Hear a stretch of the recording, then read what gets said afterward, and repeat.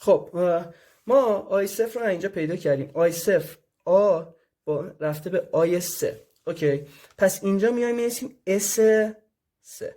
ببینید تو این قسمت تا به جمله اکسپت برسیم سمت چپمون همواره اس می‌نویسیم و سمت راستمون عدد می‌نویسیم.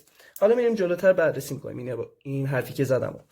حالا با آی صفر به بی چه شکلی رفته؟ با آی صفر، این آی صفر ماست، به بی رفته به آی 1. پس ما اینجا می‌نویسیم اس 1 چون این قسمت ستون اس میگرفت.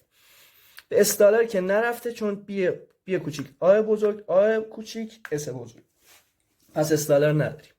اینجا هیچ نیست. میریم بعدی آی 1. آی 1 آیا با آ جایی رفته؟ نه، پس هیچی قرار نمیگیره. با بی برگشته به خودش، پس اس 1 قرار میگیره. با استالر هم که به جایی نرفته هیچی قرار میگیره. حالا آی دو چی؟ آی دو با آ رفته به آی 6، پس اس 6 رو قرار میدیم اینجا.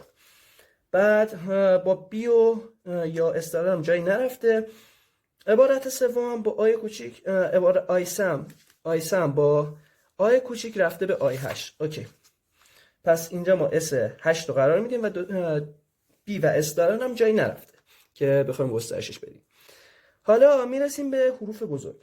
ببینید صفر با اس بزرگ کجا رفته؟ رفته به آی 4. نگاه کنید اینجا. اوکی، پس اینجا ما قرار میدیم 4. این جدول رو باید مو به مو تکمیل کنیم چون بعدا قرار از این استفاده کنیم. حالا صفر با آ کجا رفته؟ آی صفر با آ رفته به آی 2. خب اینجا ما 2 رو قرار میدیم. به این صورت این جدول رو ما کامل میکنیم چون چیز خاصی هم نداره. 7 و 9. خب این قسمت عدد تموم شد. ما میرسیم به گزینه 4مون. خب آی 4 ما اکسپت، به جواب اکسپت رسیده. اوکی، پس اینجا ما اکسپت رو مینویسیم. اینجا دیگه هیچ چیزی لازم نیست بنویسیم. حالا وقتی به اینجا رسیدیم سمت از اینجا به پایین سمت راست کلا بلا استفاده میشه و سمت چپ ما کلا استفاده میشه که اینجا اس و آر قرار میگیره بینشون. حالا اس و آر رو چجوری پیدا میکنیم؟ ببینید آیه 5 میریم آیه 5 رو پیدا میکنیم. آیه 5 کجاست؟ اینجاست. اوکی، آیه 5 شبیه کدوم عبارته؟ ببین آیه 5 جایی که نرفته. آیه 5 اینجا تموم شده. شبیه کدوم عبارت؟ آ رفته به بی آی بزرگ. آ نگاه کنید، آ رفته به بی کوچیک آی بزرگ، پس آر 3. اوکی، بعد ما تونستیم بفهمیم آقا عبارت 5 ما آر 3. تا اینجا تونستیم اینو دیکودش کنیم. اوکی، حالا حرف بعدی آی 5 بزرگتر بنویسم. آ رفته به بی آ نقطه و آ. خب حرف کوچیک بعد و قرار گرفته آه. اوکی، پس ما این عبارت آر3 رو توی قسمت آ می نویسیم. آر3 حرف دیگه ای نداره، پس دو تا عبارت باقی رو کامل خط میزنیم. میریم داخل 6. اوکی، 6 الان چه بلایی داره سرش میاد؟ میایم 6 رو نگاه میکنیم. آ نقطه و استالر و بی. خب تا اینجا فهمیدیم که ما چیزی پیدا کردیم توی بی و استالر باید قرار بدیم. حالا این شبیه کدوم عبارته؟ اگه بیایم تو این جدول نگاه کنیم، بی رفته به آ، بی رفته به آ. خب شبیه آر 6 ماست. پس توی بی ستون بی و استالر می نویسیم آر 6. خب به این شکل میریم جلو تا به آر 7 میرسیم. حالا آر 7 رو چه شکلی تکمیل میکنیم؟ ببینید آر 7 اینهاش، آر 7 تو این قسمت، بذارید آر 7 هم بزرگ براتون بنویسم. اس رفته به آ بی نقطه و استالر. خب این که خیلی طبیعیه. اس رفته به آ بی. خب آر 2، آر 2 حرف بعدیش چیه؟ استالره. خب اینجا ما قرار میدیم آر 2. اوکی، حالا ولی این قسمتش زده بی میره به سمت بی نقطه بی و استالر و بی. اوکی، این چی میگه؟ آقا این بازم بست پیدا کرده، با بی بست پیدا کرده، یعنی با بی رفته به آیه 10. پس اینجا با بی اینجا می‌نویسیم اس رفته به اس 10 چون اینجا آیه 10 مون تبدیل میشه به اس چون و با B رفته جلو، تو سرستون B می نویسیم. چیز سختی نیستش، عین این ستون بالاست، ولی خب جایی که رفته بست پیدا کرده، حرکت کرده جلو، ما به جای آی می نویسیم S و جاهای دیگه‌مون مثل اینا میایم توی فرمول اصلی نگاه میکنیم. آقا تو فرمول اصلی وقتی نگاه کردیم شبیه هر کدوم بود، تو همون سرستون وقتی همون حرفو داشت قرار میدیم. به این شکل میبریم جلو. حالا بعدیا چیا بود؟ توی سرستون بعدی ما قرار میدیم R6 توی بعد S11. حالا S11 یه بار دیگه بررسی می‌کنیم مشکلات رفع شه. R5 بعد اینم R5 و R1. خب اینو گفتم بررسی کنیم چون اینم اس داشت. خب I9 رو پیدا میکنیم. 9 کجاست؟ I4 I8 این I9 همونه.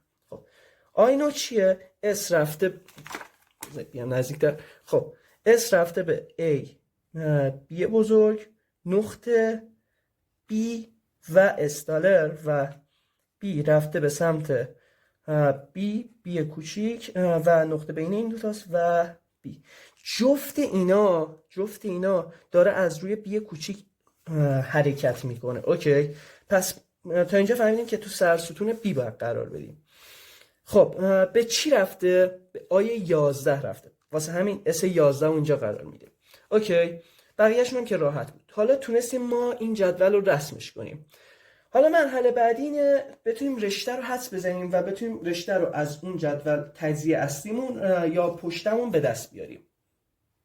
خب حالا واسه پشتمون ما چیکار میکنیم؟ یه دونه جدول میسازیم که 3 تا ستون داره. حرکت اولمون چون ما از آیه 0 شروع کردیم، اینجا ما 0 رو قرار میدیم و قبلش $S میذاریم، چون ما باید بتونیم $S رو به $S برسونیم و تموم کنیم کارمونو.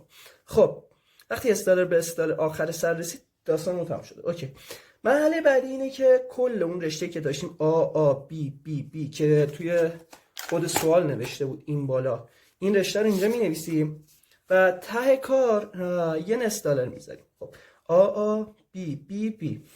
اوکی، حالا میایم مقایسه ها رو انجام میدیم. ببینید چند تا حالت داره این جدول. یا به ما S یا توی قواعد S پیدا میکنیم، یا R پیدا میکنیم، یا عدد پیدا میکنیم که بر اساس این چیزی که رسیدیم یا اکسپته. پس 4 حالت داشت.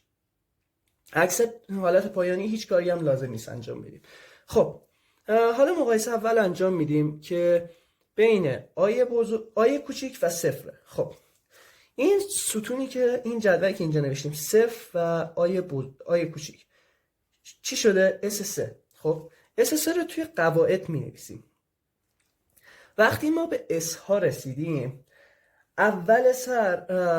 اولین حرف ورودی رو از سمت چپ حذف میکنیم با عدد قاعده، با عدد S.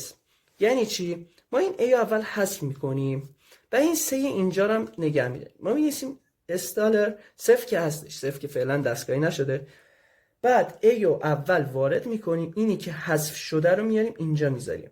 بعد S اینم تهش وارد میکنیم. خب حالا هرچی مونده رو می‌نویسیم. یه A موند B $S. خب زیر این عبارت من خط بکشم قاطی نشه. خب میریم مرحله بعد. حالا مقایسه بین 3 و آ.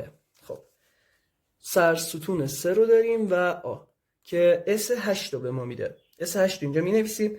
خب S رو الان فهمیدیم. S رو میذاریم، 0 رو میذاریم، آ رو میذاریم، 3 رو میذاریم. A از اینجا خط میخوره میاد اینجا و 8 که اینجا بودش هم خط میخوره میاد اینجا. اوکی، اینجا رو خط میکشیم و رسیدیم به این عبارت. حالا چیزی که مونده 3 تا B و یه S داره. حالا قسمت سخت داستان تازه داره شروع میشه. حالا ما ادامه میدیم کارمون رو، میایم مقایسه میکنیم 8 با B. اوکی، ما اینجا 8 رو داریم. 8 با B برای ما R6 رو ساخته. خب R6 رو ساخته.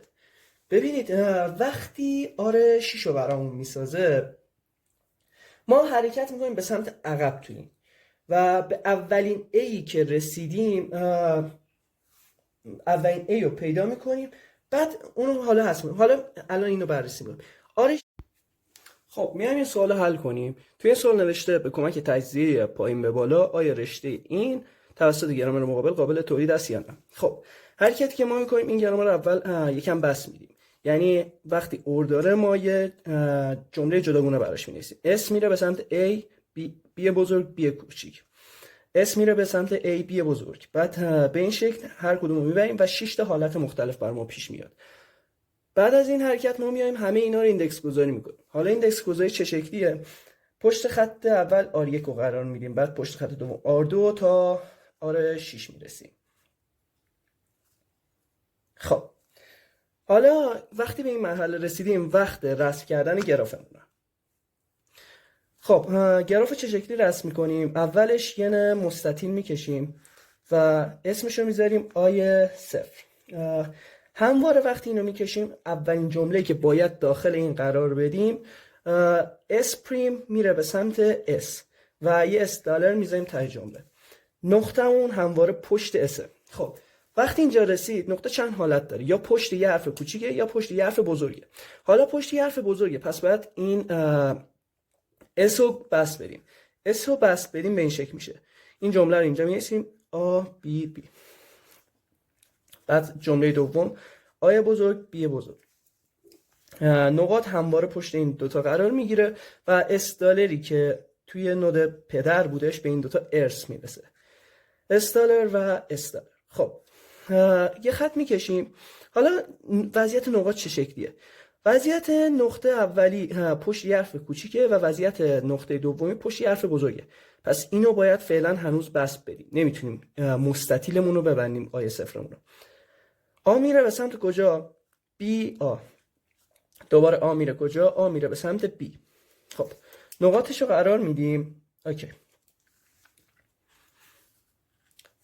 چون از فرست A ما دوباره A رو جنریت میکنیم و یه مورد دیگه ای داریم و A رو باید به جفت این دوتا اضافه کنیم.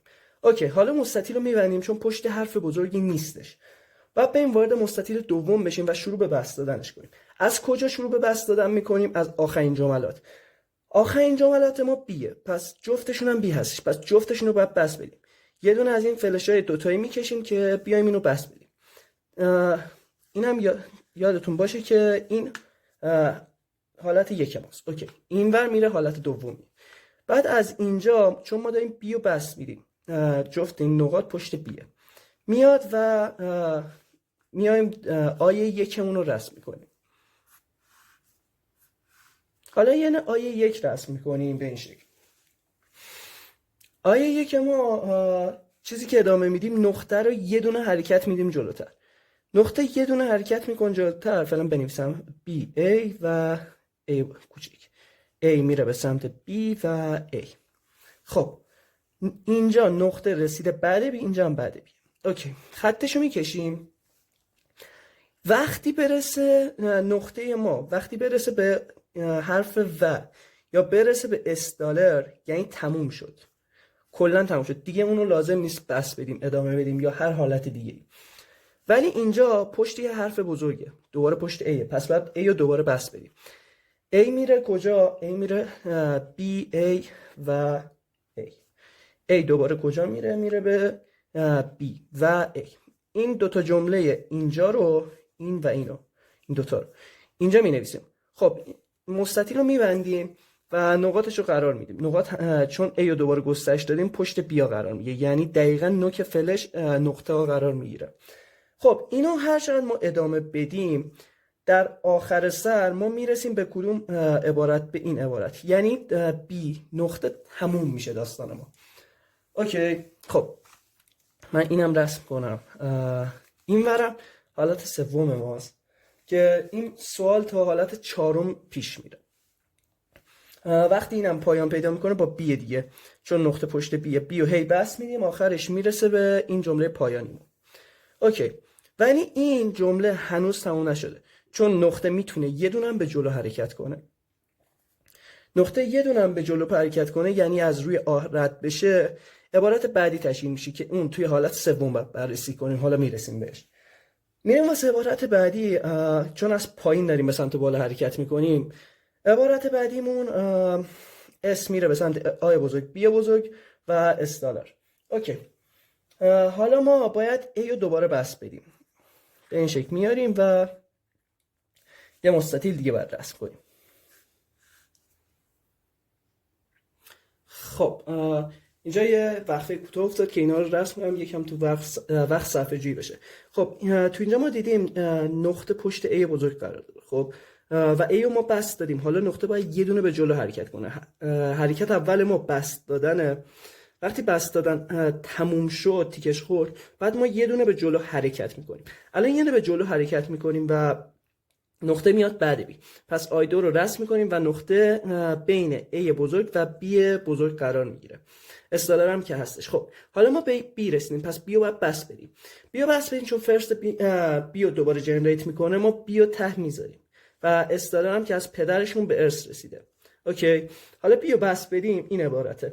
نقطه پشت این دوتا قرار میگیره، B میره به سمت B بزرگ، B کوچیک اینجا مینویسیم و B میره به سمت آی کوچیک و نقطه هاشو قرار میدیم. اوکی، حالا این نقطه پشت آی کوچیکه، پس یه دونه باید حرکت کنه.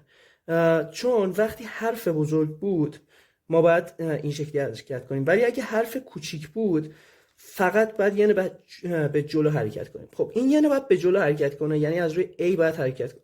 فلشش رو میکشیم که تو مرحله سوم به این برسیم. حالا اینجا هم B پشت B قرار داره، چون B رو یه بار بس دادیم دیگه نیاز نیست، پس باید به جلو حرکت کنه. اینم نگه میداریم چون عبارت بعدیش هم B'ه و باید رو B رد بشه. اینم نگه میداریم واسه مرحله سوم. میریم آی سوممون رو رسم کنیم که اینه. از روی آی کوچیک باید حرکت کنه. آی کوچیک رو اینجا مینویسیم و میریم برای ادامش.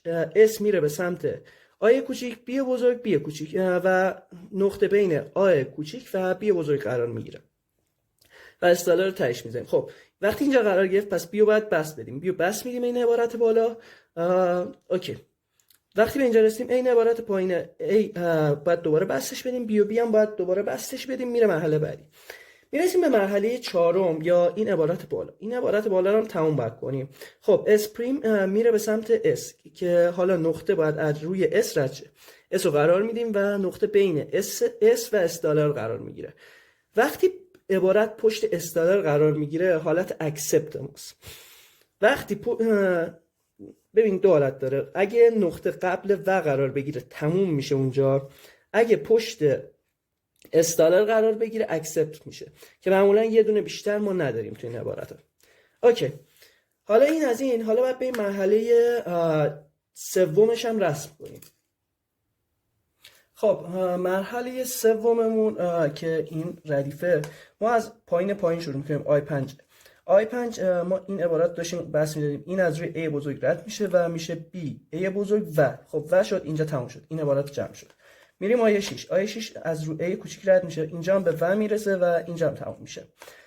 میریم به آی 7. آی 7 ما از این دوتا داشتیم خروجی میگرفتیم. A B از یه بار از رو B رد میشه، پس اینم به و میرسه، اینجا پایان پیدا میکنه. عبارت بعدی یه دونه میافته پشت B کوچیک. خب پس یه دونه دیگه باید حرکت کنه، این میره مرحله چهارم که آی 10 مون رو تشکیل میده، چون این ردیف کامل باید تموم شه. بعد بیایم از این ردیف آی 10 آی 11 بریم به بالا. خب میایم آی 8 مون رو بس میدیم که از روی آی کوچیک باید رد شه. خب از روی آی کوچیک رد میشه به و میرسه و اینم اینجا جمع میشه و این عبارت جفتشون داره از B کوچیک رد میشه. اوکی، جفتشون از B کوچیک رد میشه که به این دوتا میرسیم و اینجا بین B بزرگ و B کوچیک قرار میگیره، اینجا بین B بزرگ و B کوچیک قرار میگیره که حالا مرحله بعدی هم یه بار دیگه بستش میدیم که به آی 11 و با B کوچیک میریم جلو. اوکی، تا اینجا ما رسمش رو تونستیم انجام بدیم. حرکت بعدیمون اینه که بیایم اول چارت تجزیه‌اش رو بکشیم، بعد حالا تست کنیم ببینیم آقا با اون چارت تجزیه به جواب میرسیم یا نه. خب حالا چارت رو رسم می‌کنیم به این صورت که ما چون از آی 0 تا آی 11 میریم 12 تا خونه سمت چپمون یا 12 تا سطر داریم، البته 13 تا سطر با یه دونه سطر ردیف و حرفای کوچیکو که حرفای پایان‌های ماست A کوچیک B کوچیک و استالر رو این بعد می‌رسیم یه خط می‌کشیم، بعد S A بزرگ B بزرگ، اینا هم که حروف بزرگ ماست. حالا میایم منطقش رو بفهمیم و اینو بخوایم رسمش کنیم. میگیم آقا با 0 میخوایم بریم آ. خب آی صفر رو پیدا میکنیم. چجوری رفته به آ؟ ببینید خب حالا آر 6 چیه؟ آر 6 این عبارت ماست که میگه بی رفته به آ، بی رفته به آ، اولین آ رو باید بریم پیدا کنیم. خب آر 6 خب میایم این ردیف، 8 که آ نیستش نه، ولی این آمون رو تشکیل میده. پس 8 آ رو ما سلکت میکنیم، اینو حذف میکنیم و به جاش بی بزرگ قرار میدیم. میایم خط بعدی مینویسیم. حالا این خط رو خط مینویسیم استالر صفر آ 3 بی بزرگ.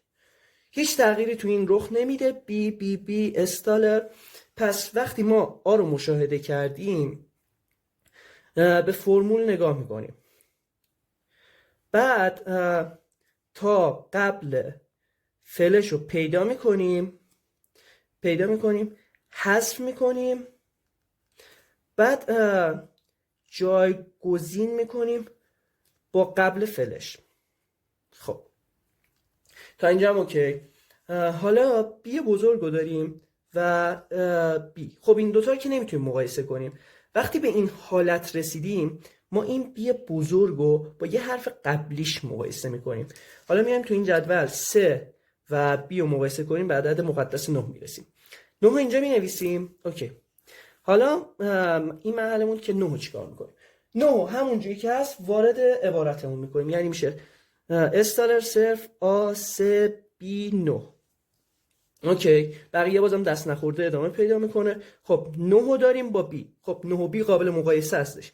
بی و بی قابل مقایسه نبود بر اساس این چارتی که داشتیم، چون بی خودش یه سرستون بود و بی کوچیک هم یه سرستون بود. واسه همین یه عدد قبلیشو با این مقایسه میکنیم.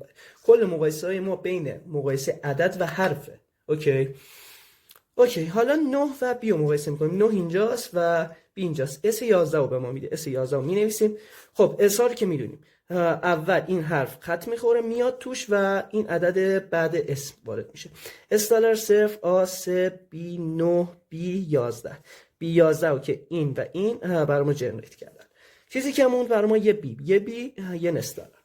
خب حالا ما 11 و بی رو باید مقایسه کنیم. 11 اینجاست و بی هم که این سرستونه. آر 5 رو به ما میده. آر 5 اینجا مینویسیم. حالا خط میکشیم زیرش. حالا آر 5 رو باید به دست بیاریم. توی فرمول ما یه اینجا آر 5 داشتیم. بی میره به سمت بی بزرگ بی کوچیک. خب میایم توی این فرمول پیدا میکنیم. خب بی کوچیک رو داریم، بی بزرگ هم داریم. خب از اینجا یه کات میزنیم تا آخر، اینا خط میخوره و حرف قبلش که بی بزرگ بود و قرار میدیم. یعنی میشه استالر صفر آ 3 اینا که خط خورد یه بی بزرگ، اینجا کامل خط خورد یه بی بزرگ قرار میدیم. اوکی. بقیه دست نخورده میاد. بعد حالا دوباره بی و با بی که نمیتونیم مقایسه کنیم، این دوتا رو با هم مقایسه میکنیم. 3 و بی رو مقایسه کنیم به عدد 9 میرسیم. 9 رو قرار میدیم، خط میکشیم استالر صفر آ 3 بی 9. اوکی. حالا میریم ادامهش. بیو و استالر رو داریم. خب این با هم مقایسه بشن مثل این بالا S11 به دست میاد. خب استالر صرف آ 3 بی، بعد 9 بی 11، چون اینجا اینو داشتیم و بی و 11 وارد این میشن. این خط میخوره یه بی استالر میمونه. این پروسه رو حالا ادامه میدیم. بعد ادامه بدیم.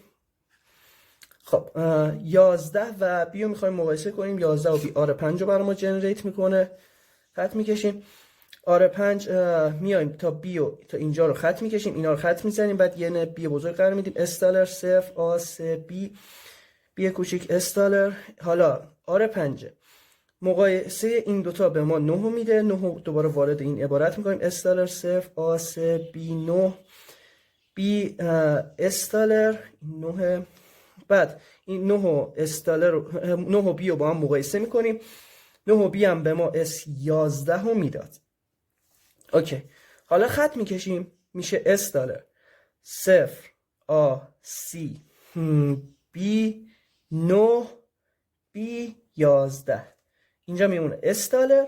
حالا میریم برای ادامه کار. خب ادامه کار این عبارت رو نوشتیم و به استالر رسیدیم. خب استالر و 11 رو مقایسه میکنیم که تو صفحه قبل داشتیم. استالر و 11 آر 1 رو برامون جنریت میکرد. اوکی. حالا اینجا ما آر 1 رو قرار میدیم. آره یک حالا دیگه بر نمیگم. آره یک به این صورت بود که ما اسمون میرفت به سمت A B B. خب ما باید تو این فرمول اینا رو پیدا کنیم. چه شکلیه؟ بیو که داریم، بیو بزرگ هم داریم، اینم داریم. خب اینجا کات میخوره و اینا خط میخورن و به جاش اس قرار میگیره. خب خط بعدی اس دلار صفر اس، این ور اس دلار قرار میگیره و حالا میریم پیدا کنیم اس. پس ما اس و اس دلار رو باید مقایسه کنیم.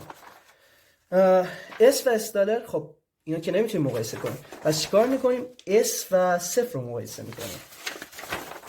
خب اسمون اینجا اینه و صفرمون اینجاست. خب 4 رو داریم اینجا. خب حالا بحث اینجاست. پس به جای این 4 رو قرار میدیم و این 4 دوباره وارد میشه. صفر اس دلار صفر اس 4. حالا زیر این خط بگم 4 چیه داستانه؟ آفرین 4 اکسپت ماست. چرا؟ چون اینجا ما 4 رو به دست آوریم، اینجا به دست آوریم، اکسپت داستان ماست. خب و توی اینجا هم ما اکسپت نوشته بودیم و به اکسپت رسیدیم، تموم میکنیم کارو. خب همین، موفق باشید.